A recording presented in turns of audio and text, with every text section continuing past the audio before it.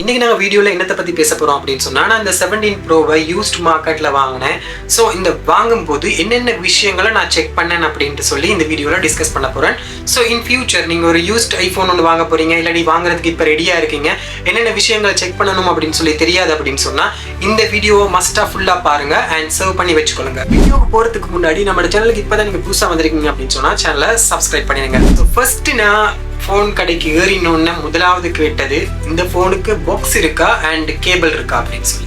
சேண்டா பாக்ஸும் கேபிளும் இருந்தால் தான் இன் ஃபியூச்சரில் நான் வந்து அப்கிரேட் பண்ணுறேன் அப்படின்னு சொன்னால் எனக்கு வந்து ஒரு நல்ல ரீசேல் வேல்யூ ஒன்று கிடைக்குமன்றதுக்காக பாக்ஸும் ஒரிஜினல் கேபிளும், ஒரிஜினல் பாக்ஸும் வேணும், ஒரிஜினல் கேபிள், இந்த ரெண்டையுமே நான் ஃபர்ஸ்ட்டு கேட்டுக்கொண்டேன். எஸ், ஒரிஜினல் பாக்ஸும் இருக்குது, ஒரிஜினல் கேபிளும் இருக்குது.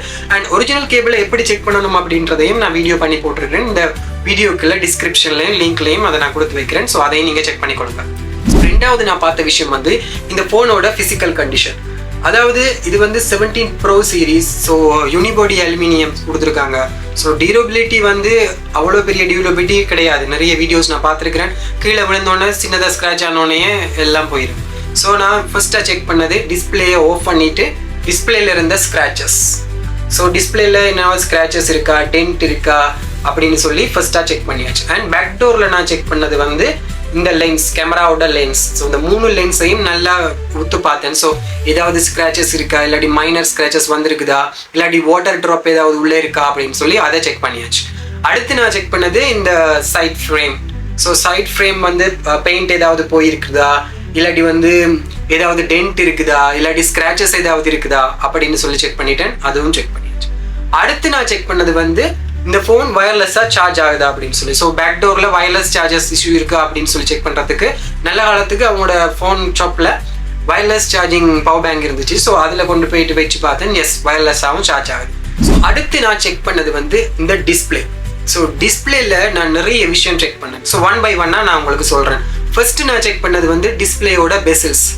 ஸோ இந்த ஐஃபோன் 17 ப்ரோவில் பெசில்ஸ் எல்லாம் பார்த்தீங்கன்னா செம்ம ஸ்லிம்மாக இருக்கும். ஸோ இந்த பெசில்ஸ் வந்து இந்த சின், ஸோ இந்த சின்னை பார்த்தீங்க அப்படின்னு சொன்னாலே தெரிஞ்சிடும். இந்த சின்னில் பெரிய லெவலில் ஒரு திக்கான சின் இருக்குது அப்படின்னு சொன்னால் இந்த டிஸ்பிளே சேஞ்ச் பண்ணியிருக்கிறதுக்கான வாய்ப்புகள் இருக்குது. ஸோ நான் டிஸ்பிளேயோட பெசில்ஸ் எல்லாம் பார்த்தேன். எஸ், எல்லாமே ஈவனாக இருக்குது. ஓகே, இப்போ நான் அடுத்தது பார்த்தது வந்து என்ன விஷயம்னா, டிஸ்பிளேட ஆட்டோ பிரைட்னஸ் ஒர்க் பண்ணுதா அப்படின்னு சொல்லி. ஸோ இந்த ஆட்டோ பிரைட்னஸ் ஒர்க் பண்ணுதான்னு எப்படி பார்க்கலாம் அப்படின்னு சொன்னால், செட்டிங்ஸுக்குள்ளே போய்க்கொள்ளுங்க. அண்ட் அதில் போயிட்டு பார்த்தீங்கன்னா அக்சசபிலிட்டி, அதில் போய் பார்த்தீங்க அப்படின்னு சொன்னால் டிஸ்பிளே அண்ட் டெக்ஸ்ட். ஸோ அதில் போய் பாருங்கள் last option auto brightness. So அந்த டோகல் ஆஃபில் இருந்துச்சுன்னா டோகலை ஆன் பண்ணிவிட்டு நீங்கள் என்ன செய்யணும் அப்படின்னு சொன்னால் உங்களோட டிஸ்பிளேல இருக்கிற பிரைட்னஸை ஃபுல்லாக குறைச்சிருங்க. ஸோ இந்த பிரைட்னஸை ஃபுல்லாக குறைச்சிட்டு அப்புறம் ஒரு லைட் வெளிச்சத்துலையோ இல்லாட்டி வந்து உங்களோட வேறு ஃபோனில் இருந்து ஃப்ளாஷ் லைட்டையோ இந்த டிஸ்பிளேக்கு நீங்கள் அடிக்கும்போது அந்த டிஸ்பிளேல பிரைட்னஸ் ஒரு குயிக்காக இன்க்ரீஸ் ஆகுதா அப்படின்னு சொல்லி செக் பண்ணுங்கள். எஸ், எனக்கு இன்க்ரீஸ் ஆகுது. அண்ட் தென் அடுத்தது நீங்கள் செக் பண்ண வேண்டியது, மேலேருந்து கீழே ஸ்வைப் பண்ணிங்க அப்படின்னு சொன்னால் இங்கே வந்து இருக்குது உங்களுக்கு வந்து 3 ஆப்ஷன்ஸ். ஸோ இதில் வந்து ட்ரூ டோன்ஸ் இருக்குது, dark mode, true tones and வந்து நைட் மோட். ஸோ இதை டார்க் மோட்லேருந்து லைட் மோட்டுக்கு மாற்றிக்கொள்ளுங்க. மாற்றிட்டு ட்ரூ டோனை ஆன் பண்ணி பாருங்கள். டிஸ்பிளே வந்து எல்லோவா கலராக மாறுதா அப்படின்னு சொல்லி செக் பண்ணி பாருங்கள்.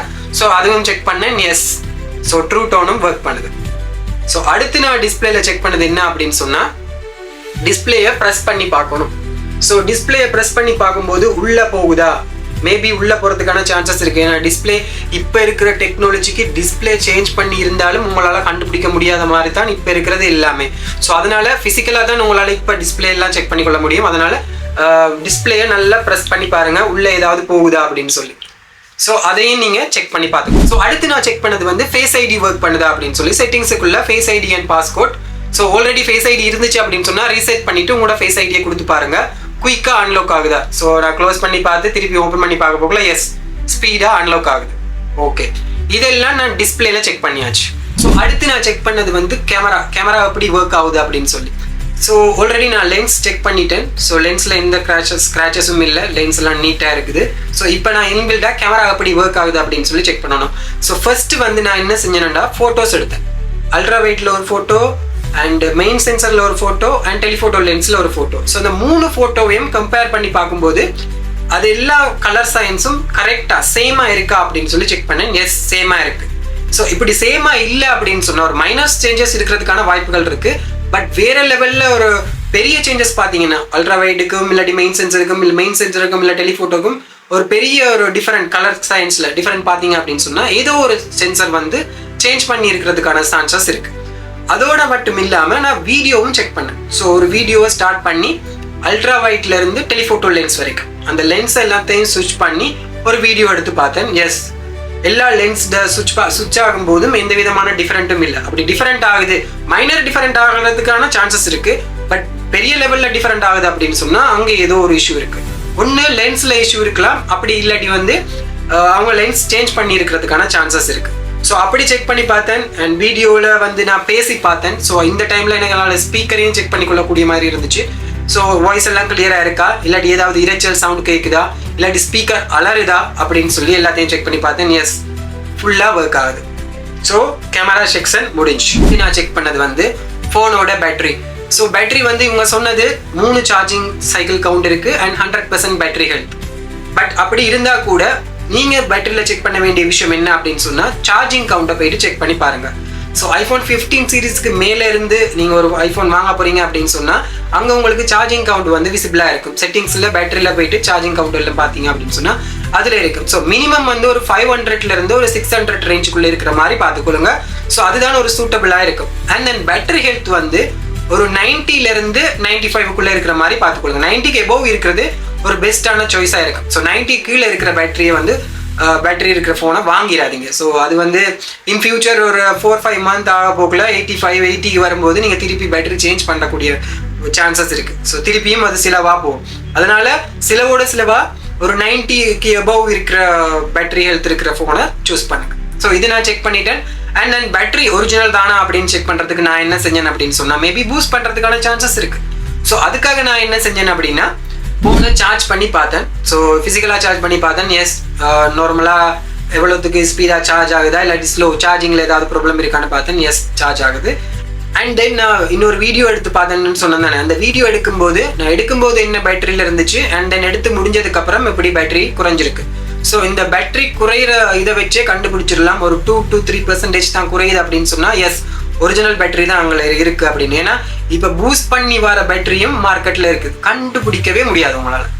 ஸோ அந்த வீடியோ எடுக்கும்போது ஒரு 10 மினிட்ஸுக்கான வீடியோ எடுத்து பாருங்கள். ஸோ ஒரு 5-6% வந்து பேட்டரி குறையுது அப்படின்னு சொன்னால் அது நார்மல். இப்படி இல்லாமல் 10-20% பேட்டரி குறையுது அப்படின்னு சொன்னால் அப்போ பேட்டரியில் ஏதோ ஒரு இஷ்யூ இருக்குது. ஸோ இதையும் செக் பண்ணியாச்சு, சார்ஜிங் கவுண்ட்டும் செக் பண்ணிட்டேன். அண்ட் தென் பேட்டரி ஹெல்த் 100%ல இருக்குது, அதையும் செக் பண்ணியாச்சு. ஸோ எல்லாம் செக் பண்ணியாச்சு. அடுத்து நான் செக் பண்ணது வந்து ஃபோன் அண்டர் வாரண்டிக்குள்ளே இருக்கா. ஸோ 3 days ஆக்டிவேஷன்னா கட்டாயம் அண்டர் வாரண்டிக்குள்ளே தான் இருக்கணும். அண்ட் தென் ஆக்டிவேஷன் டேட்டை நான் செக் பண்ணுறதுக்கு நான் என்ன செஞ்சேன் அப்படின்னு சொன்னால் ஃபோனில் சீரியல் நம்பர், பாக்ஸில் சீரியல் நம்பர் இருக்குது தானே, அந்த சீரியல் நம்பரை www.applecoverage.com போயிட்டு அந்த சீரியல் நம்பரை போட்டோன்னே ஆக்டிவேஷன் டேட் எப்போ, அதோட மந்த் எப்போ அண்ட் இயர் எல்லாத்தையும் அதில் வந்துடும். அண்ட் என்ன கலர் வேரியன்ட் அண்ட் என்ன ஜிபி. ஸோ அதையும் செக் பண்ணி பார்த்தேன். எஸ், கரெக்டாக இருக்குது. அண்ட் சீரியல் நம்பரில் வந்து ஃபோனோட சீரியல் நம்பரும் அவங்க கொடுத்த பாக்ஸோட சீரியல் நம்பரும் நாங்கள் ஆன்லைனில் செக் பண்ண தானே, அந்த 3 சீரியல் நம்பரும் சேமாக இருக்கா அப்படின்னு சொல்லி செக் பண்ணி பார்த்தேன். எஸ், ஃபுல்லாக சேமாக இருக்குது. ஸோ இப்போ எனக்கு வந்து 100% சாட்டிஸ்ஃபைட், ஃபோனை வாங்குறதுக்கு ரெடி ஆகியாச்சு. இங்கே தான் ஒரு ட்விஸ்ட் இருக்குது. அதாவது 360 தினார் தான் 17 Pro வந்து வெளியில் விற்றுக்கிட்டு இருக்கிற பிராண்ட் நியூ. ஸோ இது வந்து ஒரு யூஸ்ட் மொபைல். ஸோ இவர் ப்ரைஸ் பண்ணது வந்து 340 தினார். ஸோ 3 days யூஸ் பண்ணியிருக்காங்க, 340 தினார். ஸோ எனக்கு வந்து இந்த ப்ரைஸ் சூட்டபிளாக இல்லை. ஸோ இதை வந்து ரெடியூஸ் பண்ணணும். அதுக்காக நான் என்ன செஞ்சேன் அப்படின்னு சொன்னால் நெகோஷியேஷன். ஸோ அவரோட பேசி கடைசியாக 320 தினாருக்கு கொண்டு வந்து முடிச்சு ஃபோனை வாங்கியாச்சு. ஸோ இந்த வீடியோவில் உங்களுக்கு தெரிஞ்சிருக்கும். ஸோ ஒரு ஐஃபோன் யூஸ்ஃபுல்லாக வாங்க போகிறீங்க அப்படின்னா என்னென்ன விஷயத்த செக் பண்ணணும். இந்த வீடியோ உங்களுக்கு யூஸ்ஃபுல்லாக இருக்கும் அப்படின்னு சொல்லி நம்புறேன். வீடியோ உங்களுக்கு யூஸ்ஃபுல்லாக இருந்துச்சு அப்படின்னு சொன்னால் வீடியோக்குள்ள லைக் பண்ணிடுங்க. அண்ட் ஐஃபோன் யூஸில் வாங்க போகிற உங்களோட ஃப்ரெண்ட்ஸ் அண்ட் ஃபேமிலிக்கு வீடியோவை ஷேர் பண்ணிடுங்க. நெக்ஸ்ட் இன்னொரு நல்ல வீடியோவில் நான் உங்களை பார்க்குறேன். பாய். பட் ஐஃபோன் வாங்குறதுக்கு முன்னாடி நெகோஷியேஷன் முக்கியம். அண்ட் சப்ஸ்கிரைப் பண்ண மறந்துடாதீங்க. நெக்ஸ்ட் இன்னொரு நல்ல வீடியோவில் நம்ம பார்க்குறேன். பாய்.